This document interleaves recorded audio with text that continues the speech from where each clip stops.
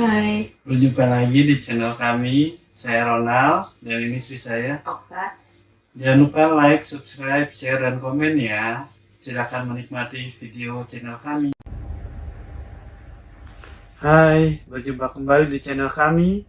Kali ini kita akan membahas tentang pendaftaran ASN 2000 tahun 2021.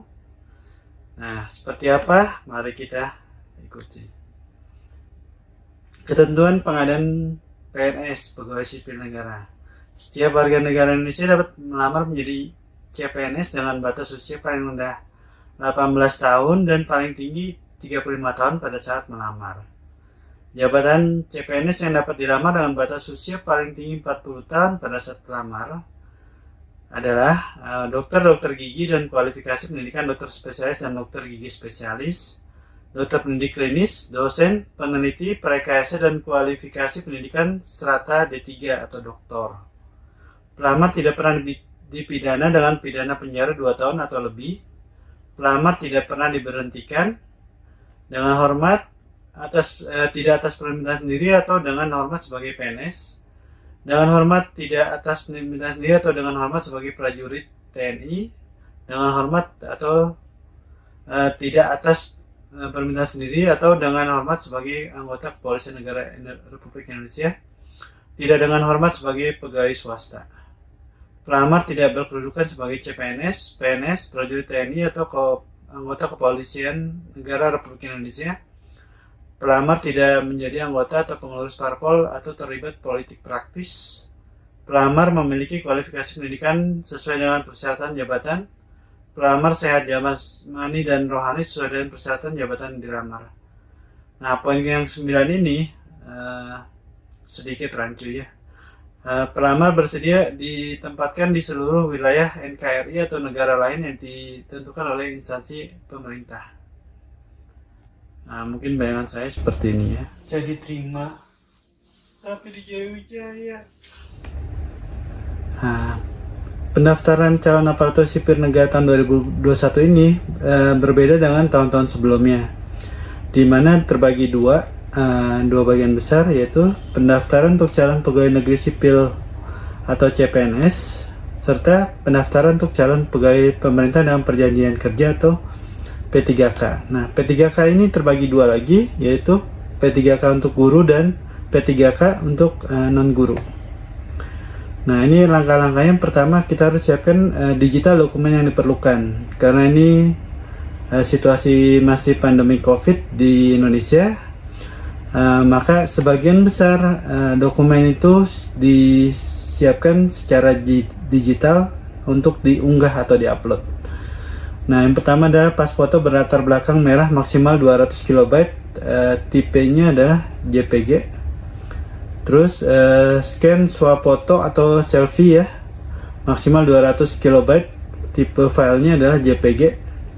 Scan KTP, KTP elektronik, maksimal 200 KB, bertipe JPG. Scan surat lamaran maksimal 300 KB, bertipe file PDF. Nah, untuk surat lamaran ini ada beberapa instansi yang mengharuskan untuk tulis tangan lalu di scan. Ada juga yang memperbolehkan untuk diketik. Kalau tulisan tangannya bagus ya nggak apa-apa. Scan ijazah atau Serdik atau STR bagi tenaga kesehatan maksimal 800 KB, tipe filenya adalah PDF. Scan transkrip nilai maksimal 500 KB, tipe filenya PDF. Scan dokumen pendukung lainnya maksimal 800 KB, bertipe file PDF. Nah, scan yang pendukung lainnya diantaranya adalah surat pernyataan format sesuai dengan BKD buat calon aparatur sipil negara provinsi atau kabupaten atau sesuai dengan instansi kementerian. Nah, untuk surat pernyataan ini di instansi Kementerian Hukum, Kemhum. Nah, itu ada formatnya. Dia memuat seluruh poin-poin untuk CPNS. Ada 11 poin. Nah, juga scan dari surat akreditasi universitas dan atau fakultas atau program studi.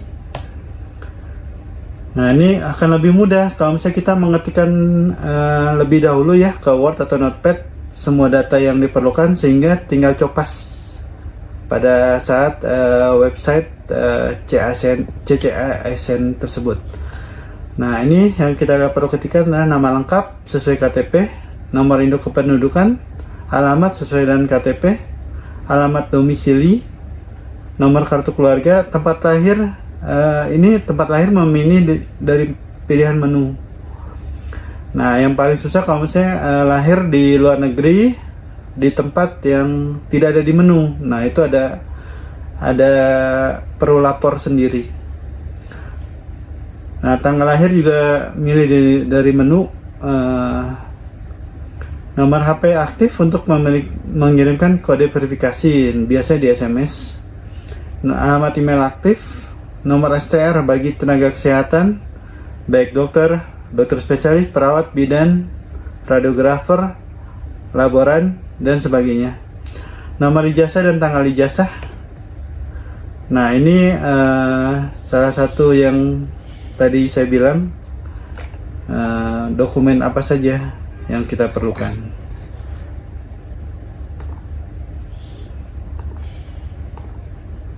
Nah, ini dokumennya di sini. Nah, ini tahapan registrasi untuk P3K Guru. Daftar akun, buat akun, login, lengkapi biodata dan unggah swafoto atau selfie. Nah, untuk unggah selfie ini harus kelihatan wajah. Daftar formasi, seleksi administrasi, kompetensi teknis kesempatan pertama, kompetensi teknis kesempatan kedua, kompetensi teknis kesempatan ketiga. Jadi itu dikasih 3 kesempatan. Optimalisasi formasi ini maksudnya kalau misalnya ada sekolah atau instansi dari pendidikan yang kosong, bisa ditempatkan di sana. Seperti yang saya bahas tadi di awal, bersedia untuk ditempatkan di mana saja. Nah, untuk tahapan registrasi untuk CPNS kurang lebih sama ya, sama P3K. Daftar akun, terus buat akun, login, lengkapi biodata, daftar formasi, seleksi administrasi. Nah, di sini kalau misalnya kita lulus berkas atau dapat melanjutkan ke kompetensi bidang dan kompetensi dasar dan kompetensi bidang. Tetapi kalau misalnya kita tidak lulus berkas, kita ada diberikan masa sanggah untuk istilahnya mempertanyakan kembali kenapa kita tidak lulus. Nah, terus yang keenam, tahapan keenam adalah pengumuman kelulusan. Nah, ini diberikan masa sanggah juga kalau misalnya kita dinyatakan tidak lulus. Nah, tahapan registrasi untuk P3K non guru kurang lebih sama ya, sama P3K yang guru. Nah, di sini cuman bedanya seleksi kompetensinya cuman 1 kali. Tidak seperti yang guru diberikan 3 kali, kalau yang non guru hanya 1 kali.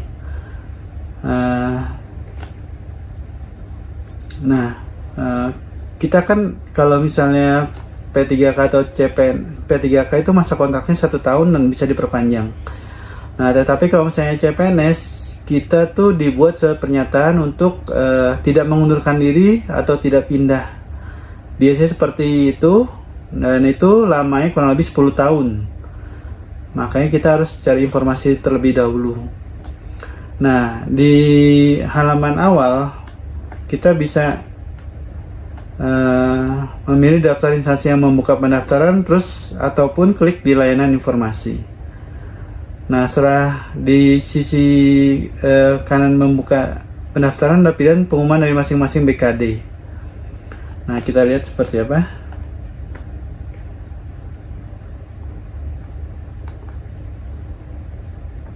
Nah, ini di sini kurang lebih.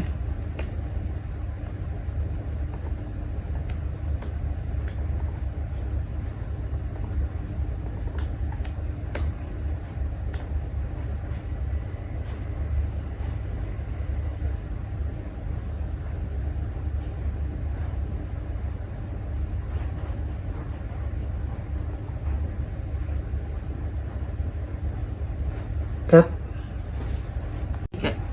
Action. Oke, ini mari kita lihat menu untuk pendaftaran. Nah, kita coba dulu semua menu ya. Nah, ini menu pendaftaran untuk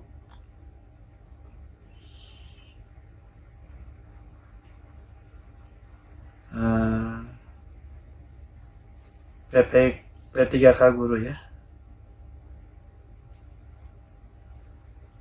Nah, ini menu pendaftaran untuk yang CASN atau CPNS. Nah, ini untuk yang non guru. P3K non guru seperti ini ya.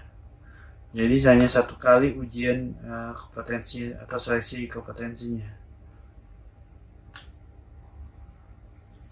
Mari kita berlanjut ke pendaftaran. Nah, pertama kita buat akun dulu. Ini kita kembali ke portal saja dulu. Kita cek dulu ya instansi yang buka di mana saja. Nah, ini saya masih rekam posisinya selesainya 21 atau penutupannya 21 Juli. Tapi ternyata ada perpanjangan sampai 26 Juli. Ini kita bisa search di sini. Instansinya apa? Ini kalau misalnya mau coba daftar di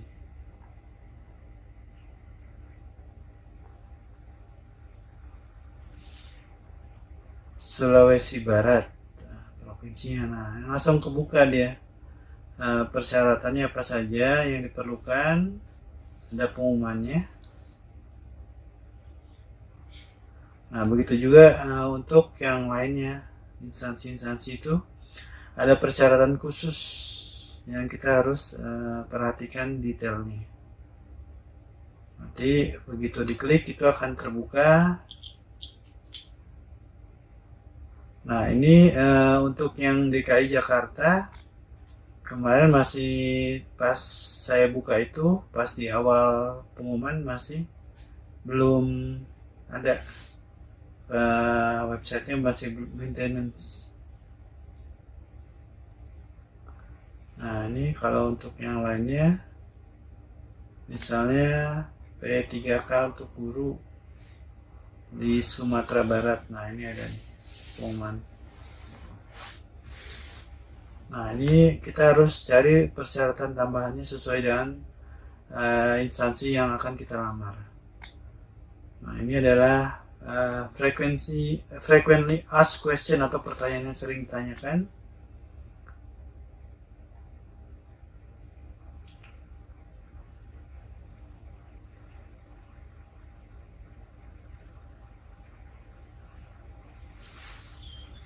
Nah, ini perbaikan data ya.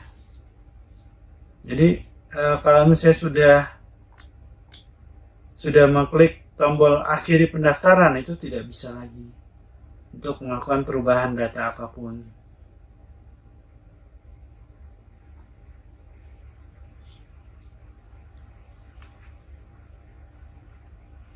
Cetakan kartu. Jadi itu ada 2 kali nyetak kartu. Yang pertama di awal setelah masukkan biodata yang awal. Yang kedua setelah mengunggah berkas. Nah, ini contoh kasusnya.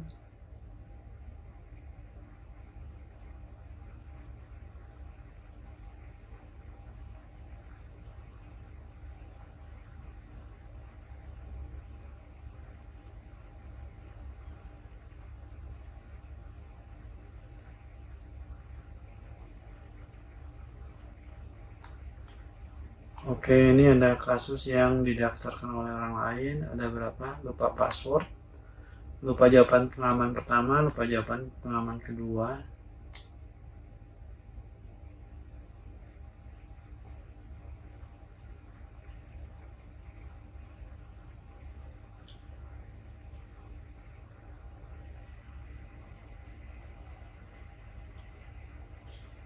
Nah, ini kalau misalnya kita meminta bantuan atau help desk, ini kita bisa melihat progres status pengaduan kita atau bantuan kita.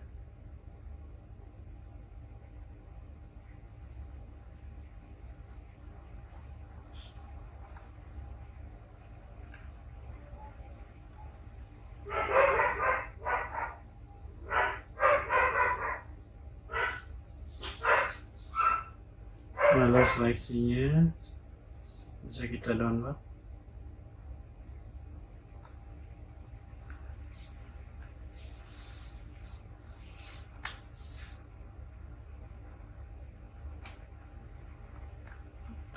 Nah, kita setelah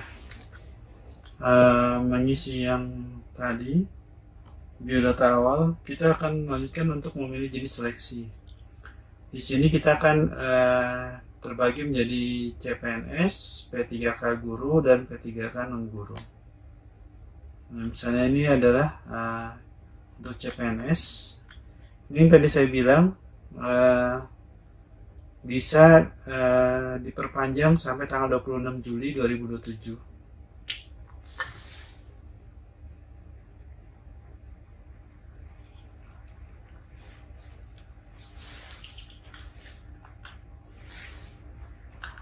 Ya udah Kak.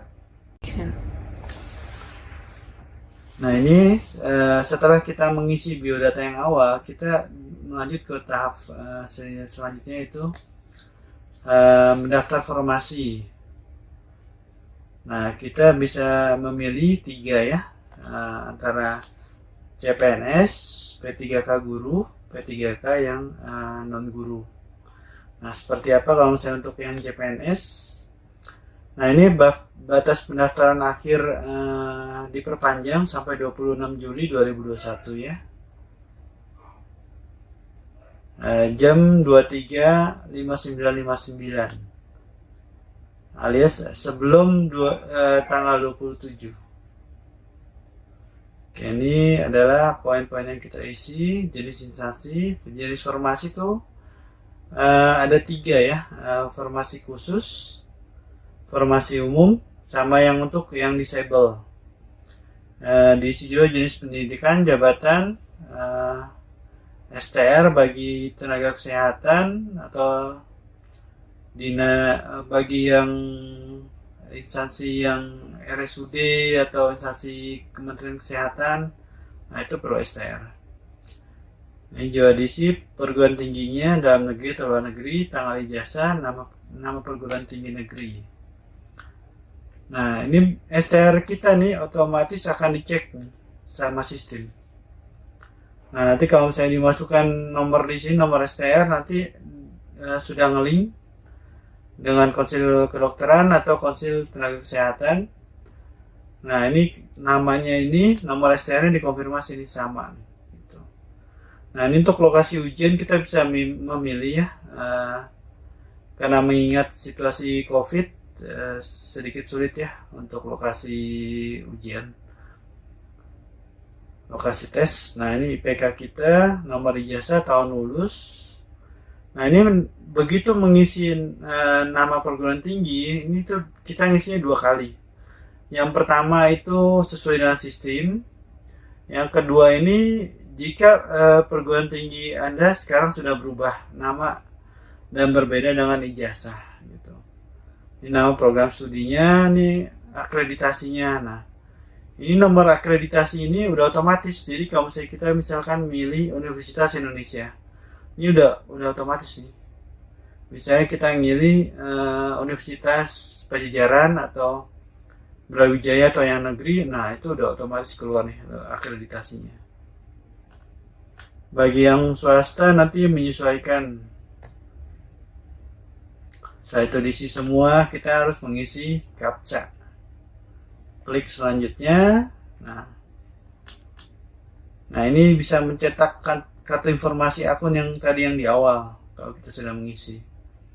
Ini adalah tampilan menu untuk mengunggah dokumen-dokumen kita secara digital. Nah surat lamaran nih seperti yang tadi saya bilang, kita harus melihat sesuai dengan format instansi yang akan kita lamar.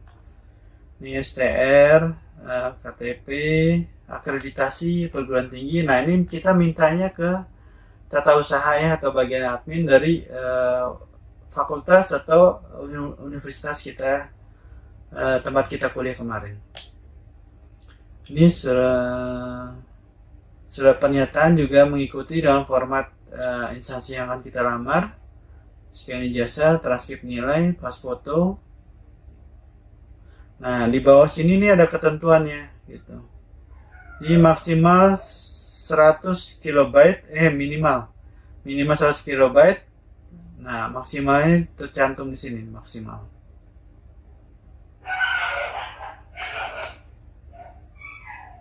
Ini kita klik selanjutnya. Nah, ini resume pendaftaran kalau misalnya kita sudah mengisi semua. Nah, ini kita centang di sini. Centang semua. Nah, itu artinya kalau kita centang kita sudah mengecek bahwa itu adalah benar informasinya. Nah, untuk yang menu lihat ini ternyata saya cek kita nggak bisa ngecek ulang yang kita upload tuh seperti apa gitu. Jangan kita salah upload file. Nah, ini kita centang. Nah, kurang lebih seperti ini tampilannya kalau sudah centang. Kita akhiri. Nah, klik di sini saya setuju.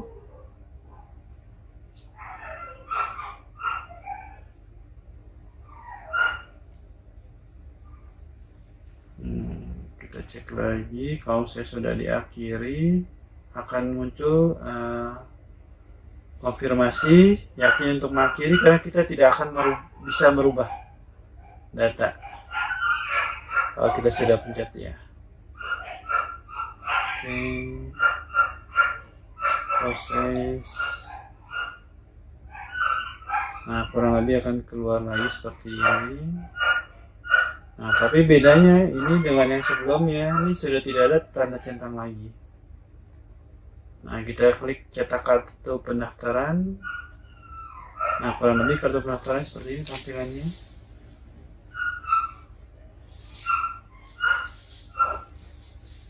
Nah, di sisi kanan ini itu ada barcode. Nah, ini terkait yang jumlah kebutuhan CPNS.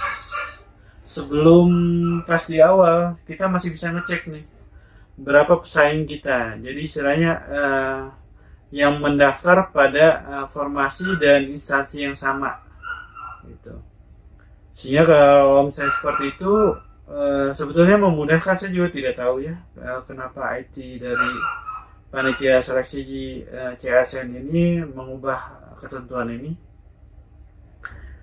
Sebelumnya seperti ini tampilannya.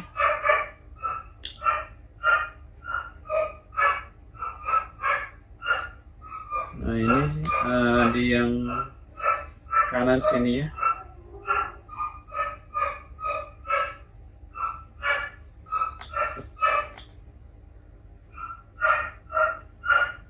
Nah, per tanggal 20 Juli ini sudah tidak bisa.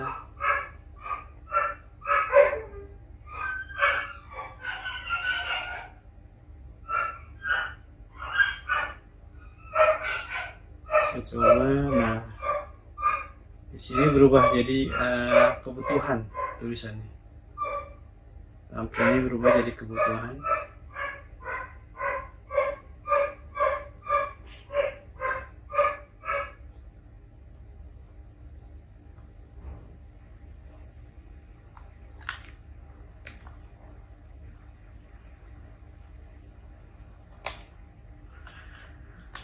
Sehingga bisa kita simpulkan menu registrasi ini sangatlah fleksibel, menyesuaikan kebutuhan dari pihak IT, panitia seleksi CASN, sehingga dapat berubah sewaktu-waktu tanpa ada pengumuman terlebih dahulu.